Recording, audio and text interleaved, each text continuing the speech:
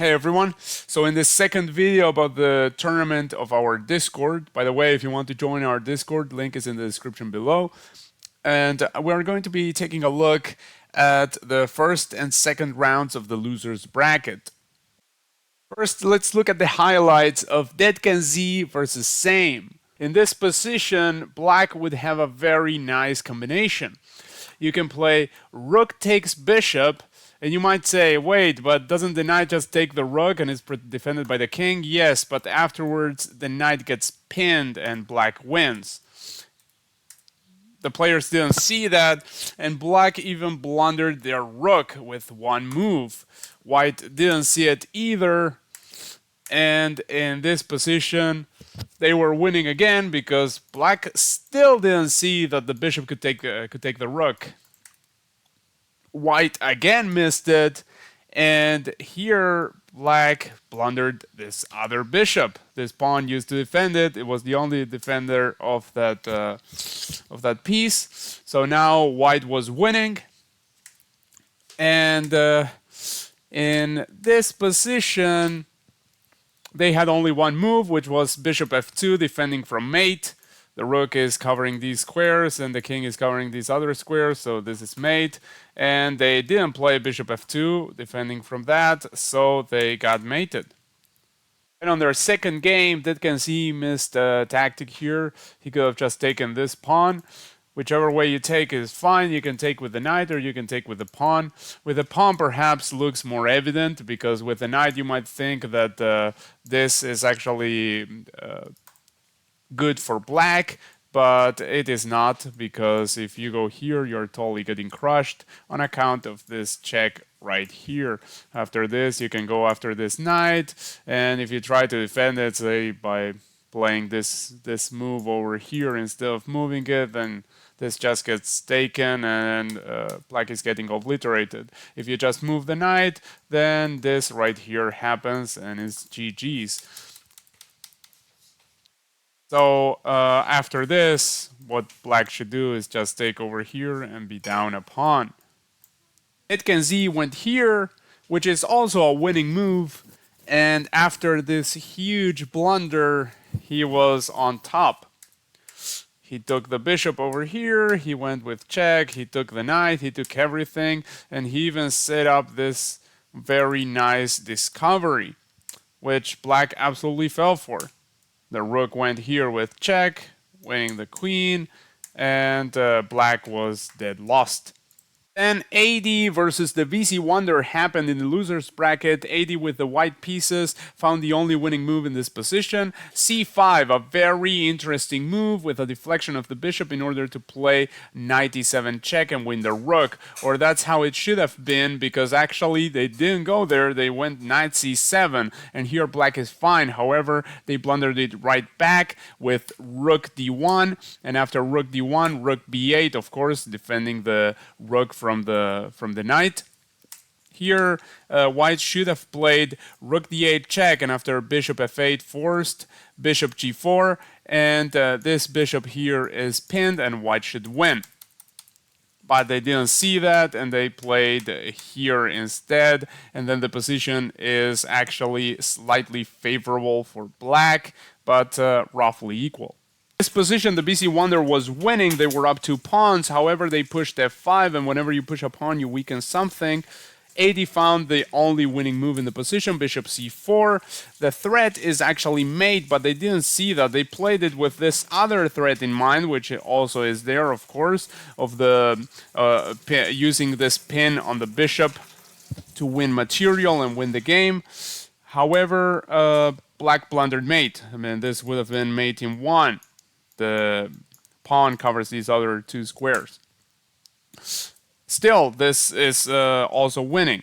However, here, first, they shouldn't have rushed with the capture of this rook. First, they needed to take here with check, and only afterwards they take the rook, so they had a rook for a bishop and 2 pawns and would win the game.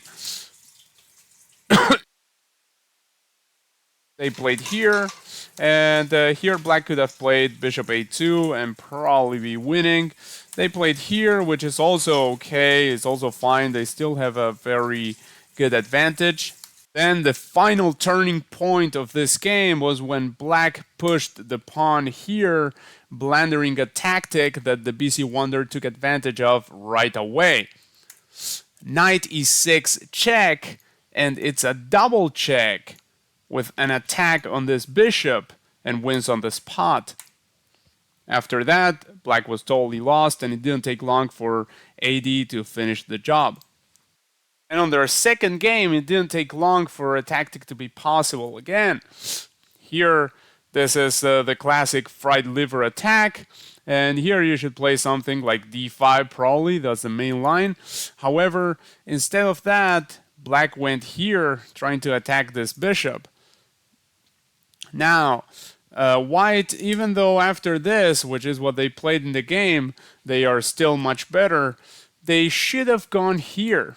This is one of those cases in which, even though this looks very juicy, this other attack is much better. The reason is that after this, then the queen moves, you take the rook, but you lose the bishop. And this knight is probably getting trapped there and not getting out. So and under these circumstances, if they had taken with the bishop, they would have forced the king out, and then they could have just gone back. And AD played this one move threat and blunder with bishop g4, trying to attack the queen. However, bishop takes knight works perfectly fine here, removing the defender of this bishop and also hitting the queen with your own bishop. So white wins a piece. In this position, AD had a forced draw with rook g2 check, king g2, queen g4 check, king h1, queen f3 check, king g1, queen g4, and so on. Also, if after this move right here, they don't take the rook, and you might think, oh, what happens if I just go here? Well, then queen h3, and you're threatening mate. So actually, this is perhaps even more embarrassing, because now it is white that has to find a perpetual check in order to stay alive, otherwise they're getting mated. However, that sequence wasn't found, and white just proceeded to win the game after black played this move a5. The last game of the match, it took 19 moves for any of these players to blunder something. And here, of course, this knight is being attacked twice, and it used to have another defender with the rook. However, now that this knight is over here, that doesn't happen. The only defender is this bishop. And AD took advantage of that, got the piece. However, afterwards he played this move, probably thinking something along the lines of, I'm going to put all the pressure I can on this knight because it is pinned to this rook, or, well, actually pinned to this rook, sorry. Or something along those lines he must have thought, but he totally ignored the fact that this very knight can just take this one, and then black would be back in the game. However, black took with the bishop and got another piece destroyed on account of the number of attackers versus number of defenders. So white took, and here black made their last big blunder by taking this rook here and then getting forked and losing absolutely everything.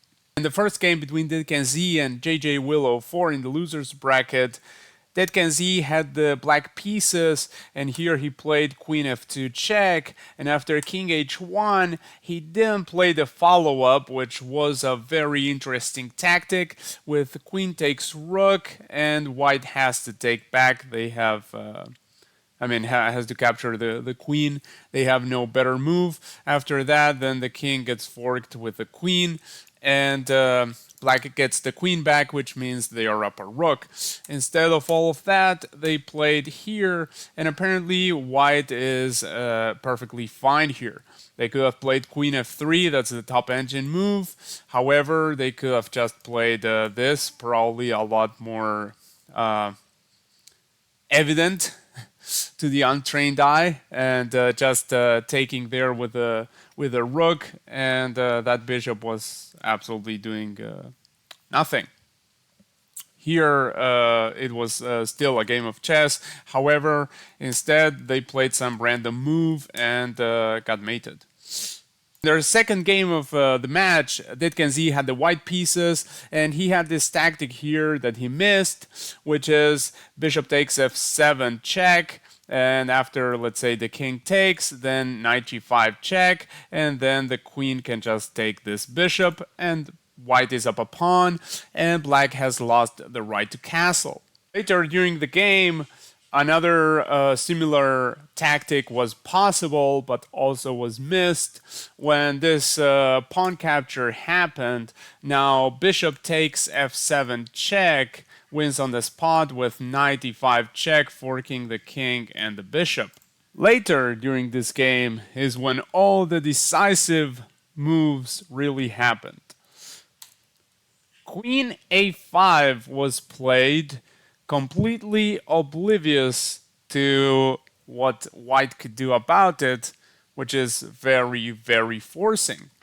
Queen e6 check, and after this check, this bishop is now unprotected because it used to be defended by the queen. Now it is not. However, white didn't take the bishop right in front of them. Instead, they played this random move here, which still keeps a good advantage for white, but is obviously not the same as winning a piece. And here, black took a pawn, blundering their queen.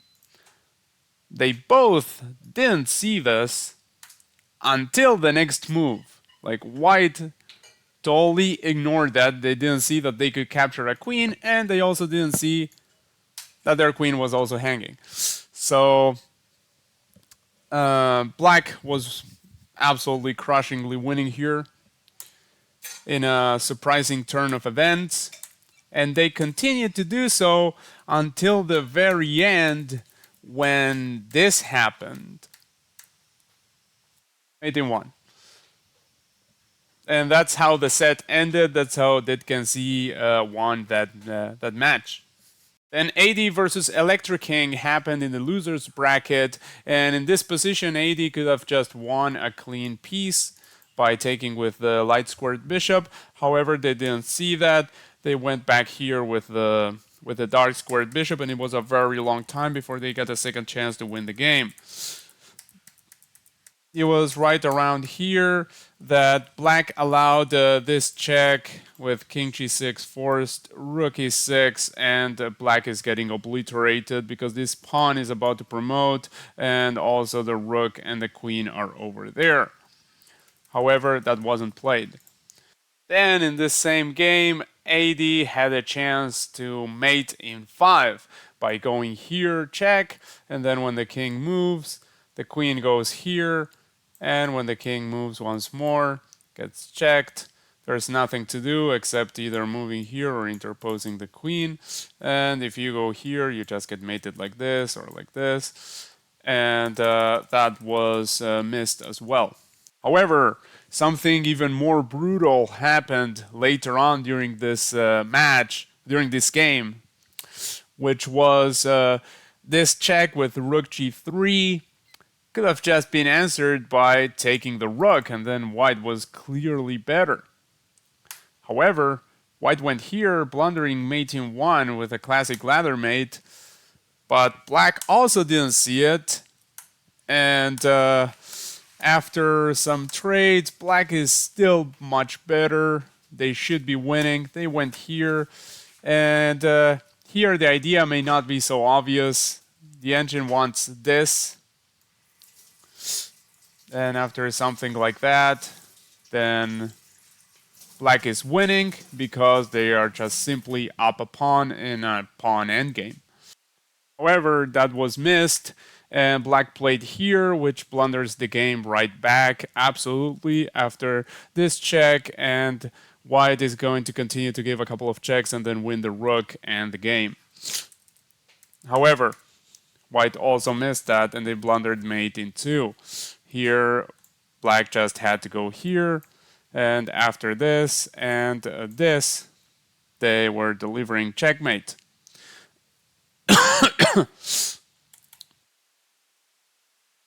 That also didn't happen. They went here instead.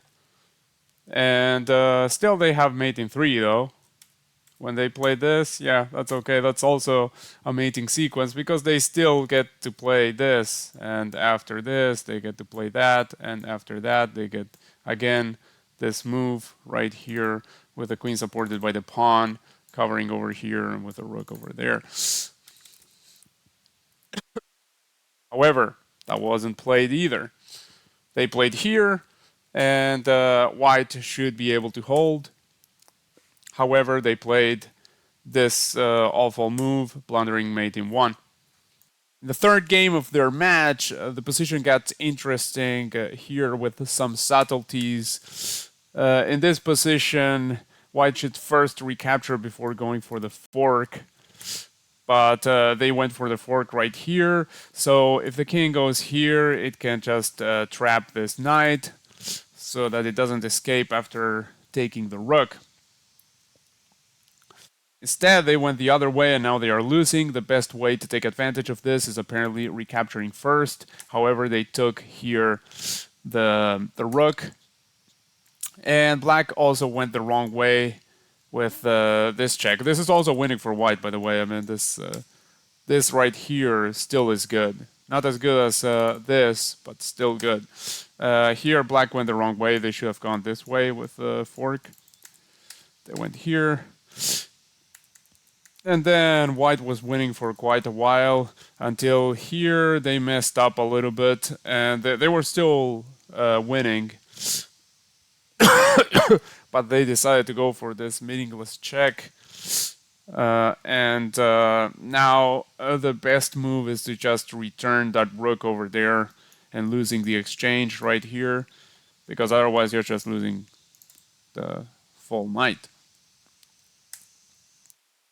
There they went here, so now black has a chance of doing this, and the position is roughly equal. However, they decided to push. Now the king can take and also protect against promotion.